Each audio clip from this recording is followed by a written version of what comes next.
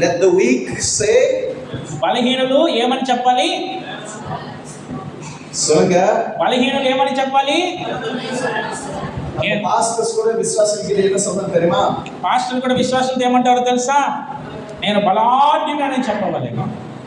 ఆండోడు యారికి సొంతం. అయితే దేవుడు ఎవరితో అంటున్నాడు ఈ మాటలు? ఎలాంటి ఒక వ్యత్యాసం అండి? విశ్వాసకి ఇది சொல்ற. మేము విశ్వాసంతో అంటున్నాము. The weak say I'm strong. బలహీనులు అనాలి, నేను బలవంతుడని. లేదు ఆండోరు நம்ம విశ్వాసకి இந்த மாதிரி பேச மாட்டாங்க. విశ్వాసంతో దేవుడు ఇలాగే చెప్పడండి. God will call you and me. దేవుడు నిన్ను నన్ను ఏమని పిలుస్తాడు? Warriors. పరాక్రమం కలిగిన బలాఢ్యులు. పరాక్రమం కలిగినటువంటి బలాఢ్యులుగా ఉంటున్నాం. You remember the story of Gideon? గిదియోను యొక్క సంగతి మీకు తెలుసు కదండి. When the Lord came to him, దేవుడు అతని దగ్గరికి వచ్చి, and the angel of the Lord said, దేవుని యొక్క దూత అన్నాడు, "O thou man of great valor." పరాక్రమం కలిగిన బలాఢ్యుడా. Why God will not look at you and say, "You weak fellow, say I'm strong." అయితే దేవుడు ఎందుకు వచ్చి నాట్లేదు, ఓ బలహీనుడా బలంగా ఉన్నానని చెప్పు. Why will he not say that? ఎందుకు అలా చెప్పట్లేదు దేవుడు? చెప్పండి.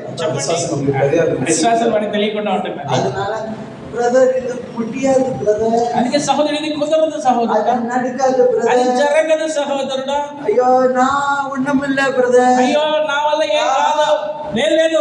The Bible says we are more than conquerors. దేవుని యొక్క వాక్యం అంటున్నది మనము జయించే వారి కంటే కూడా అధికముగా ఉంటుంది. Greater is he that is in me. నాలో ఉన్నవాడు గొప్పవాడుగా ఉంటున్నాడు. చెప్పండి. Who is in me? నాలో ఎవరున్నారు?